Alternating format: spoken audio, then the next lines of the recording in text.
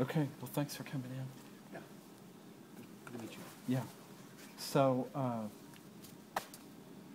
how's your day going so far? Did you have any trouble finding us? Not at all. Okay. Your directions were perfectly clear. Good, good. Well, sorry for the change of venue, and so we'll be bringing people through here to interview you, and you'll meet several people. And as you have questions, feel free to let us know. Sounds great. As we go through. So,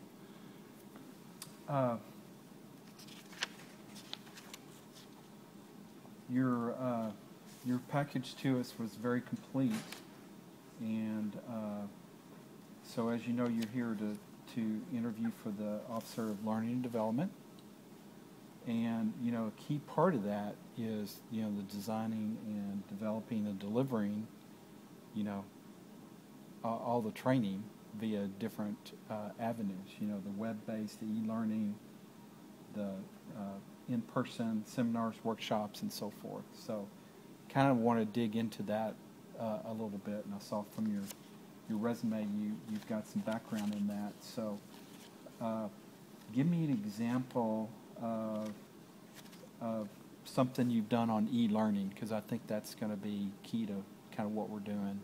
Okay. Tell me about a course maybe that you pulled together, and the technology that you're aware of, Sure. and your use of the technology. Sure.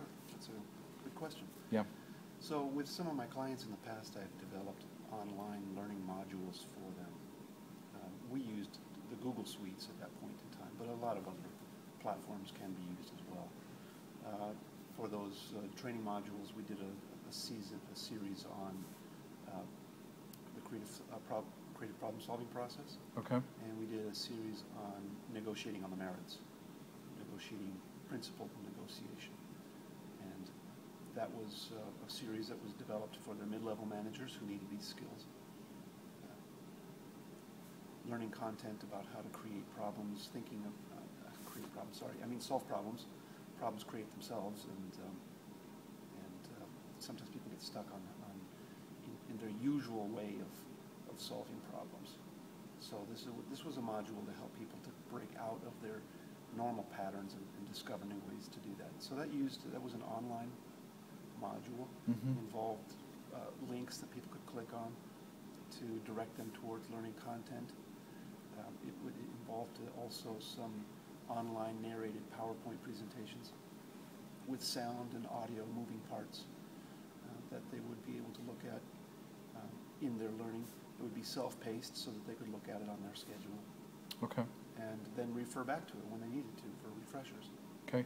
How do you know whether or not they got it, whether they learned the subject? How did you kind of test that? How did you know? Sure. You would want to use a pre- and post-test process whereby before they look at the content,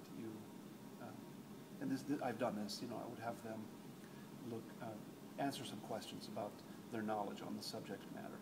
Mm-hmm. Answer some questions, some behavioral questions that would have them answer questions about the way that they would respond in a given situation in the past.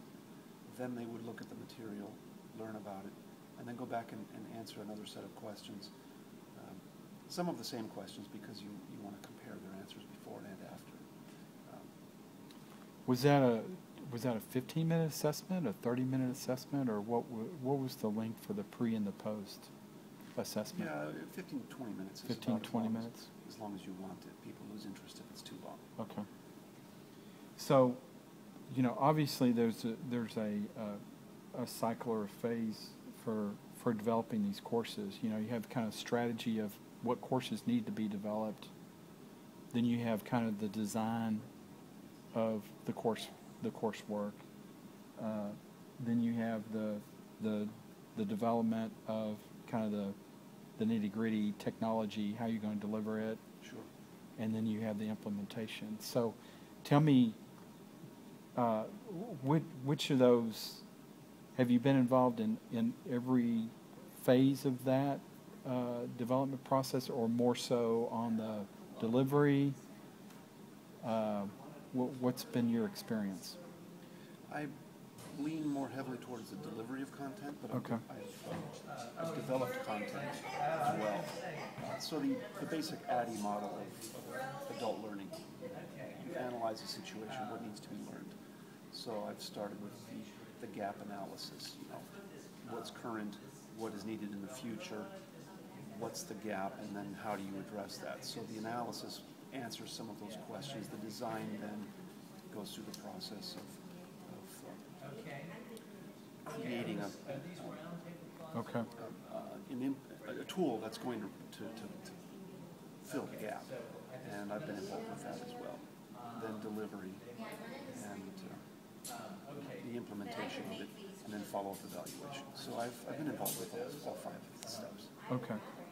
So tell me about, because your organizational background, development background, would imply that you are involved in the strategy part of, the gap analysis of, okay, we have a team of people that are here, and when they need to be here, what's the gap? So give me a specific example of a time when you had to kind of assess what the gap is.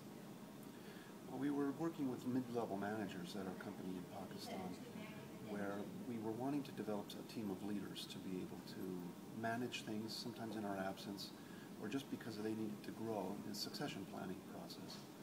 And so we needed to be able to, so we observed how they were behaving now, and we knew what kinds of behaviors we were going to be wanting from these mid-level managers.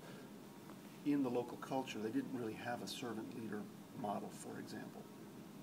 And we wanted our mid-level managers to have a servant leader heart, not to feel that once they got into a management position, they would be able to just run over people, give commands, but sit idle at back. No, we wanted participatory servant leadership from them. So we had to assess where they're at in that learning process, model it for them, prepare some training materials, and then deliver that and make sure that they got the content. Okay. And then in the design phase, what do you tell me about your involvement in kind of the design phase? Once you kind of understand what the gap is, give me an example of you stepping into the design phase and doing that. Sure. Yeah, the design phase has for me involved looking at, considering the various different options that exist for how to deliver this particular content. Design involves looking at the learning style of the people that you're working with. Of course, if this was a smaller company, so we knew the people that we were working with more intimately. I think if you're working with a really large organization like this position is, then I will be developing and designing material that gives access to learners from a variety of different learning styles. People who want to learn through multimedia, people who prefer to just read content, people who will listen and watch content, and people have different learning styles. So that's part of the design process. And so when we were designing this content for our mid-level managers, we were keeping all of these things in mind and putting together the material in a way that would be attractive, engaging, that they would not just be sitting there passively yawning as they watched necessarily. Some in-person conversational modes as well. So did you ever have to use like translations or a translator to deliver content, or how did you deal with the language barrier? Well, there wasn't a language barrier when I was working there because I had learned their language. But in a position like this, where you're dealing with people all around the world, the presumption is going to be that there is a common ground of English for most people, and then in situations where there aren't enough English speakers, or they don't have a foundation in English, then I will be looking for people who can help me to translate the material, make it parallel. I can do Spanish as well, so English and Spanish I can do that myself. Okay. But when it comes to French, for example, I know that IMC will be working in Francophone countries. If I find a partner who can help me work on that from the French perspective, I don't see that as an obstacle. Okay. Okay. Good. What questions do you have for me so far? Well, I would like to know, okay, so I've looked at the job description, and Mhm. we've had a conversation about various aspects of the job. And I think I understand the job pretty well. And I have a high degree of confidence that I can deliver what the job would require. But I would like to know if you see any gaps, if there are any red flags in your mind, and what those red flags might be. Well, you kind of said yourself, you've kind of been more heavily weighted towards the delivery, and you know, we need somebody who is pretty well rounded through all the 5 phases of this of the learning and development process. So, you know, and frankly, sometimes the delivery is the easiest thing for us to come up with. You know, from other managers or so forth, it's more the strategy, designing, developing. And I see that you have some of that, but I'm just a little bit concerned about. Well, I'd like to address that. I Okay. think I may have come across too strongly on saying that delivery is where I'm most comfortable. Right. I want to reinforce that I have a lot of experience in the delivery, in the design as well. As you pointed out, the strategic aspect of it. Mhm. I really like the strategic aspect, particularly when it comes to delivering content that's going to be cross-cultural. Mhm. I think that a person who does not have a lot of cross-cultural experience is going to struggle to deliver material in a more multicultural, more open way. Mhm. And I have a lot of experience multiculturally, many years of experience working internationally, Okay. many years of experience delivering content to people who are not of my own culture. Right. And so I believe that the strategic aspect of it, the design consideration, I bring that as a strength as well. Okay. Okay.